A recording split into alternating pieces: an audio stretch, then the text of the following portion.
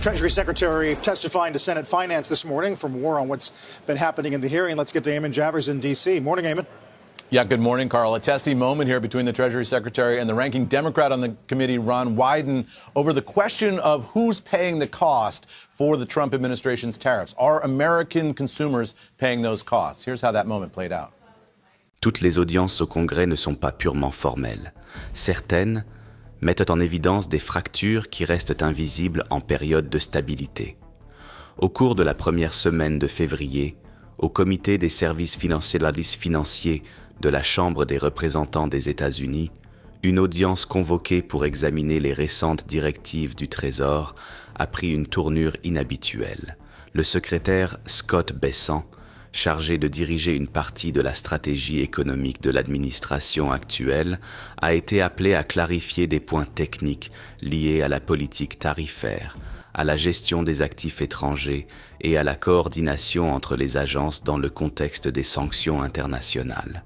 Cette comparution, initialement considérée comme une simple formalité, a rapidement pris une autre dimension, la manière dont les questions ont été posées, le type de document présenté par les parlementaires et la difficulté du secrétaire à fournir des réponses objectives ont fait de cet épisode un événement hors du commun pour des sessions de cette nature.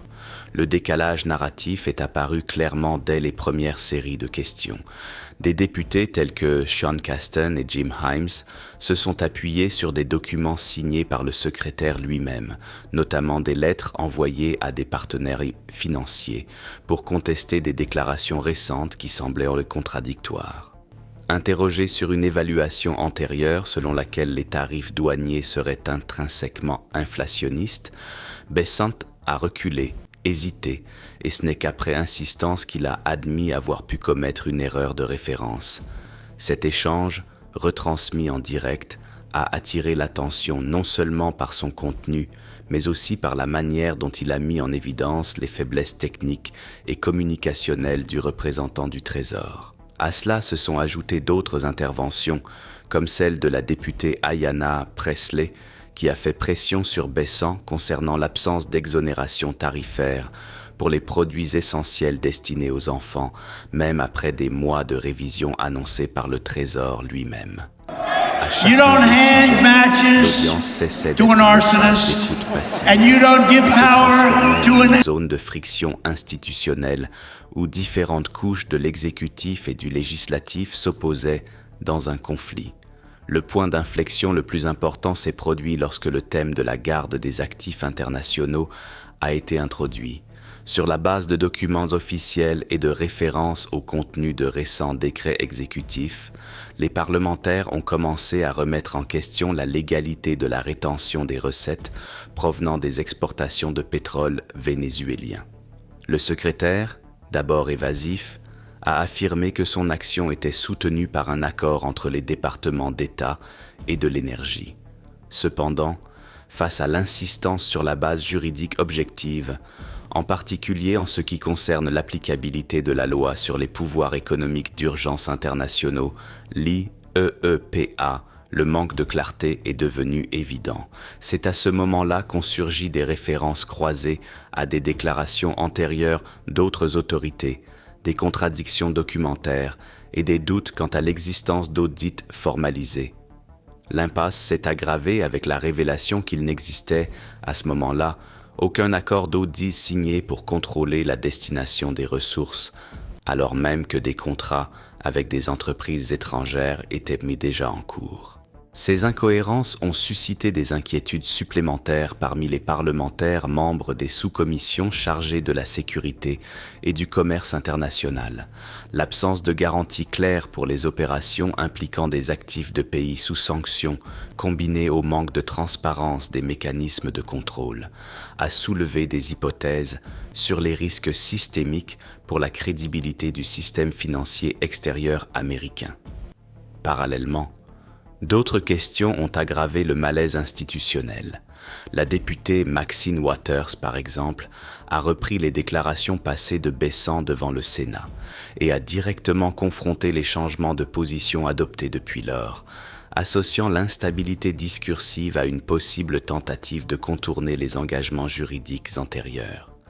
La réponse du secrétaire a, une fois de plus, évité d'admettre explicitement une erreur et a recouru à des généralisations fondées sur des interprétations prétendument divergentes de rapports techniques.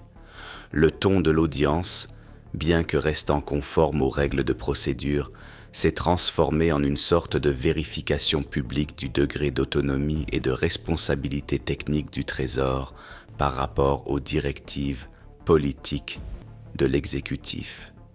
Ce changement était particulièrement perceptible dans les interventions qui abordaient la gouvernance interne du ministère, l'utilisation de mécanismes administratifs pour contourner les impasses législatives et le dialogue direct avec les institutions financières étrangères sans en informer le Congrès. La révélation progressive de ces couches a renforcé le sentiment de décalage entre la fonction formelle du poste et la pratique institutionnelle adoptée par son occupant. À la fin de l'audience, l'image qui se dégageait était celle d'un secrétaire soumis à la fois à des incohérences documentaires, à des interprétations juridiques fragiles et à des difficultés à justifier, sur une base normative claire, des décisions impliquant des milliards de dollars et de multiples juridictions. Bien qu'aucune accusation directe n'ait été formalisée pendant la session, l'ensemble des contradictions a mis en évidence un type de tension qui dépasse l'individu et touche la manière dont l'État fonctionne dans des domaines extrêmement sensibles sur le plan juridique et géopolitique. Pour ceux qui suivent de près le fonctionnement des institutions et leurs zones de friction, des épisodes comme celui-ci aident à percevoir les structures qui ne sont pas toujours visibles dans les communiqués officiels.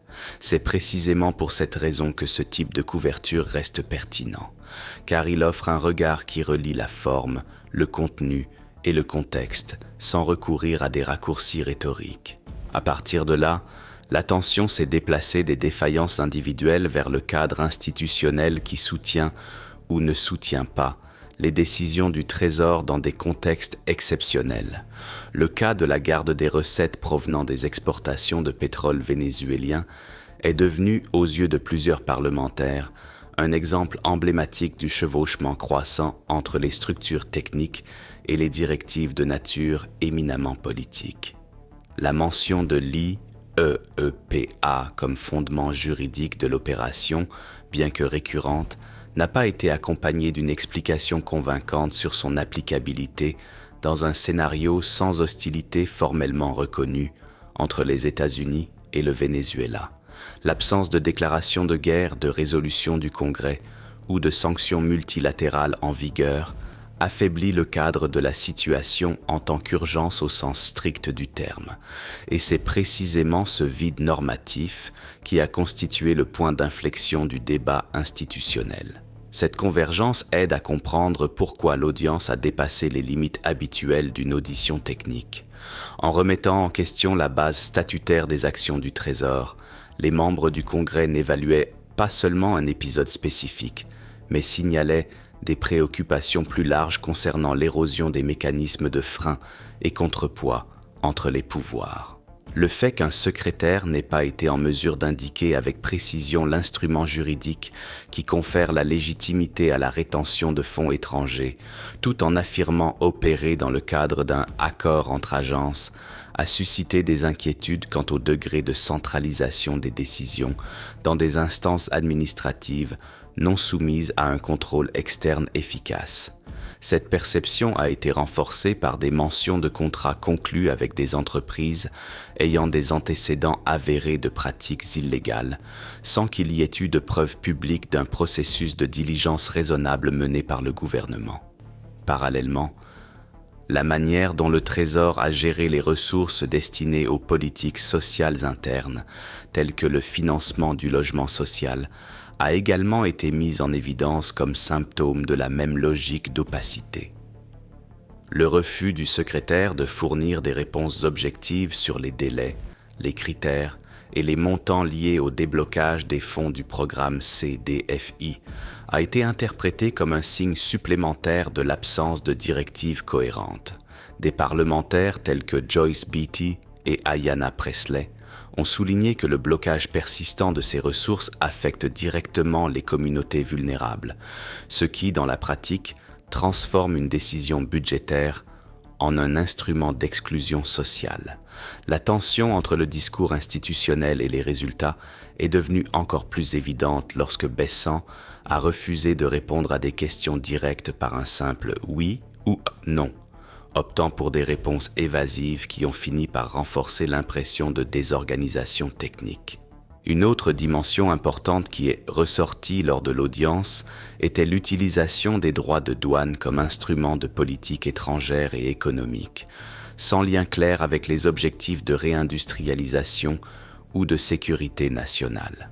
La critique, formulée par des parlementaires tels que Richie Torres et Bill Foster, reposait sur un fait objectif. Les produits touchés par des droits de douane supplémentaires n'ont souvent pas de substitut national viable. Cela signifie que la mesure n'induit pas la production interne, mais ne fait qu'augmenter le coût de la consommation, générant une inflation sectorielle et un mécontentement social sanguin structurel. Confronté à cette logique, le secrétaire a eu recours à des arguments de négociation internationale qui n'ont pas non plus été détaillés, citant des accords génériques avec des pays comme l'Indonésie et le Brésil, sans présenter d'indicateurs des contreparties obtenues. Dans ce contexte, les données fournies par les agences exécutives ont elles-mêmes été remises en question. Des articles récents du Wall Street Journal et du New York Times ont été cités par des membres du Congrès pour contester le discours sur la croissance industrielle, avec les chiffres officiels du ministère du Travail, qui indiquent une perte nette d'emplois dans le secteur depuis avril 2025. Cette dissonance entre le discours et les statistiques, ajoutée à l'incapacité du secrétaire à indiquer avec précision l'origine de certaines déclarations publiques faites par la présidence, a renforcé le sentiment qu'il existe un décalage entre la base empirique de la politique économique et sa communication institutionnelle. Ce type de décalage, même s'il ne constitue pas une illégalité, affecte directement la prévisibilité du système et sa capacité d'autorégulation. L'audience a également mis en évidence le degré de tension interne entre différents secteurs de l'administration.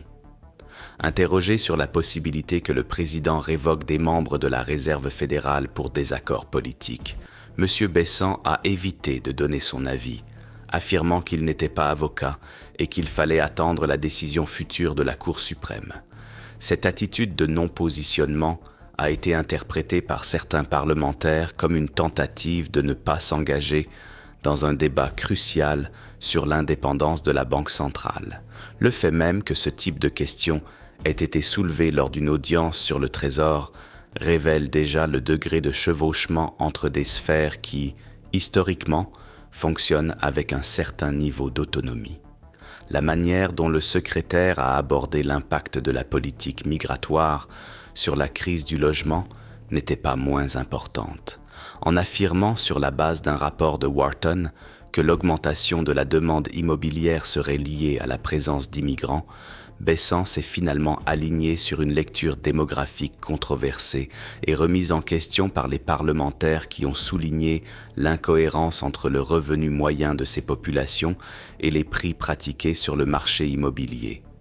Le déplacement de l'attention de la politique du logement vers des explications d'ordre migratoire a été vu, en partie, comme une tentative de rediriger les responsabilités et d'éviter un débat sur le déficit structurel de logements abordables.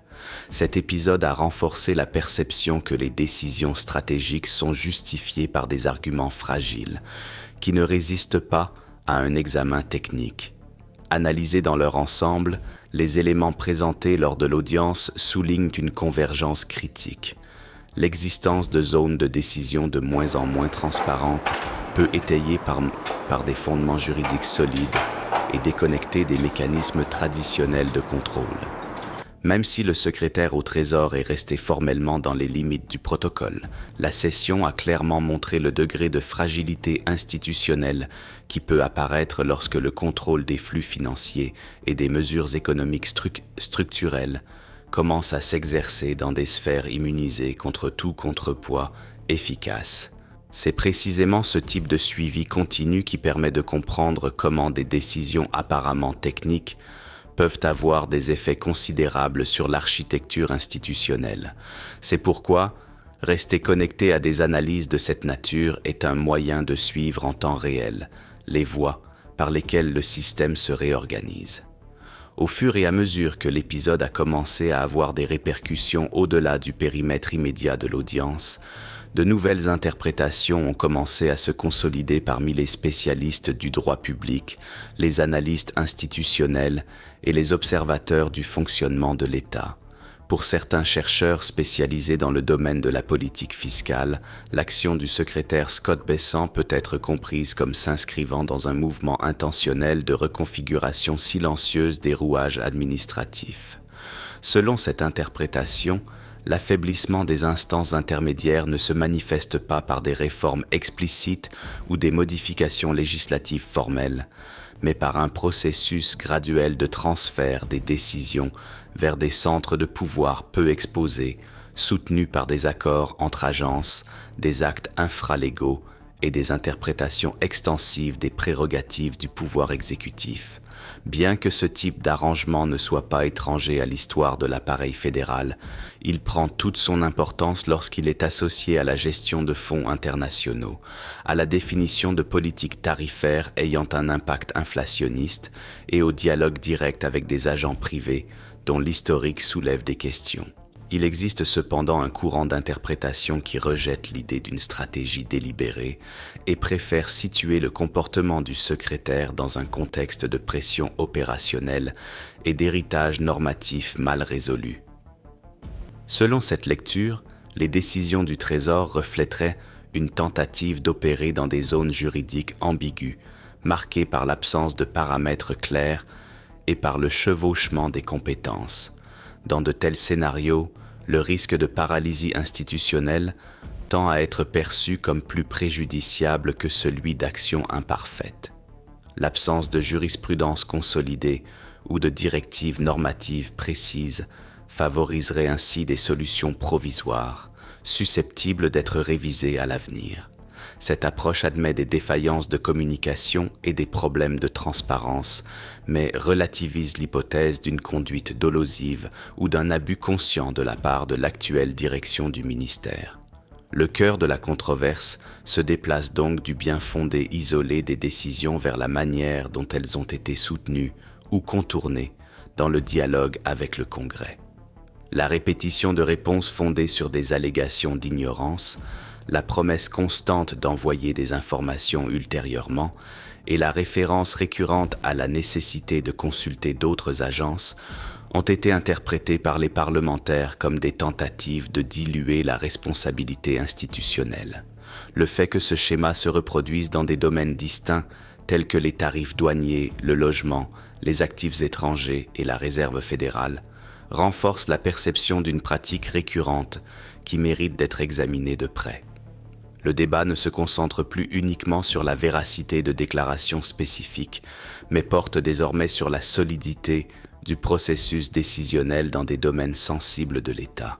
Les registres disponibles indiquent que l'absence de réponses objectives sur les mécanismes d'audit appliqués aux fonds étrangers survient à un moment particulièrement sensible, alors que le pays intensifie sur la scène internationale son discours en faveur de la transparence et de la lutte contre la corruption. La dissonance entre cette rhétorique externe et la pratique administrative interne contribue au sentiment de désalignement institutionnel déjà souligné par des rapports techniques indépendants et des organismes multilatéraux.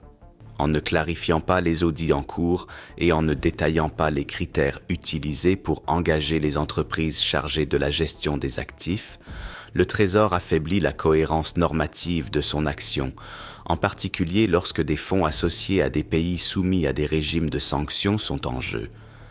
Un autre sujet de tension concerne le rôle du Congrès en tant qu'instance de contrôle.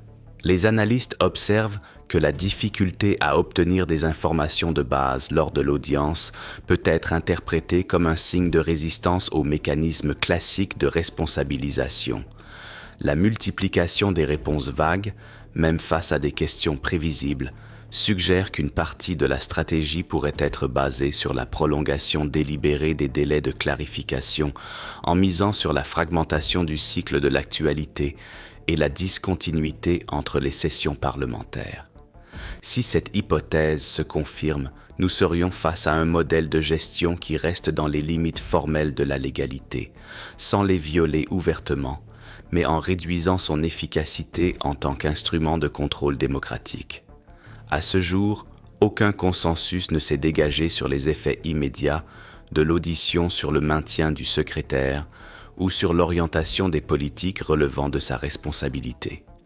On observe toutefois une volonté croissante du pouvoir législatif de formaliser des demandes supplémentaires de documentation, de mettre en place des structures d'audit interne et d'instituer des commissions techniques de vérification.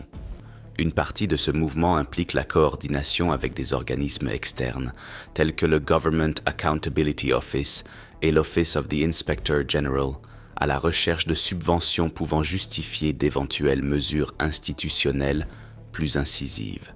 Ce mouvement indique que, même en l'absence de ruptures explicites, le système a déjà commencé à réagir aux signes d'instabilité révélés par l'audience. Certaines interprétations situent cet épisode dans un débat plus profond sur le rôle du Trésor dans le contexte de la politique étrangère. Les références récurrentes à des accords avec des gouvernements étrangers, le contrôle indirect d'actifs dans des juridictions telles que le Qatar et l'absence de critères clairs pour la répartition des ressources témoignent d'une action qui dépasse les limites traditionnelles de la politique économique intérieure. Ce déplacement fonctionnel, bien que juridiquement défendable dans certaines circonstances, exige des niveaux élevés de transparence et de supervision compatibles avec sa complexité. L'absence de ces éléments transforme les décisions techniques en source potentielle de conflits institutionnels. La manière dont le système répondra à ces tensions reste indéfinie. Il existe encore une marge pour des ajustements procéduraux, des révisions internes et le rétablissement de paramètres d'action clairs. Dans le même temps, le risque persiste que cet épisode marque le début d'une phase de plus grande résistance aux initiatives de contrôle du Congrès, hypothèse qui, si elle se confirme, pourrait avoir des répercussions durables sur l'équilibre entre les pouvoirs. Pour ceux qui suivent le fonctionnement des institutions non seulement en temps de crise, mais aussi dans la construction quotidienne de leur légitimité, le suivi attentif de ces développements fournit des éléments permettant d'identifier les points d'inflexion du système. C'est grâce à ce suivi continu qu'il devient possible de distinguer les épisodes circonstanciels des signaux ayant une portée structurelle.